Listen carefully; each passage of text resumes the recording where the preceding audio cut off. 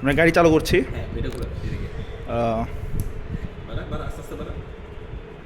কিসে কি করছো? আরে দাঁড়া সমস্যা নেই। ঠিক আছে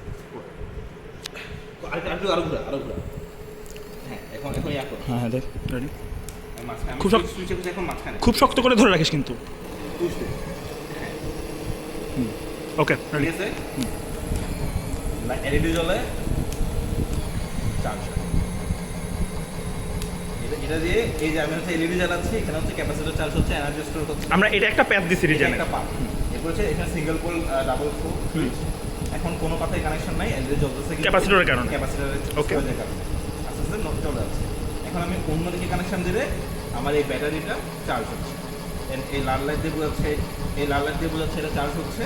আর যখন এই পরের লাইটটা গ্রিন হয়ে যাবে তখন full charge complete. It's alright. বন্ধ করে দাও।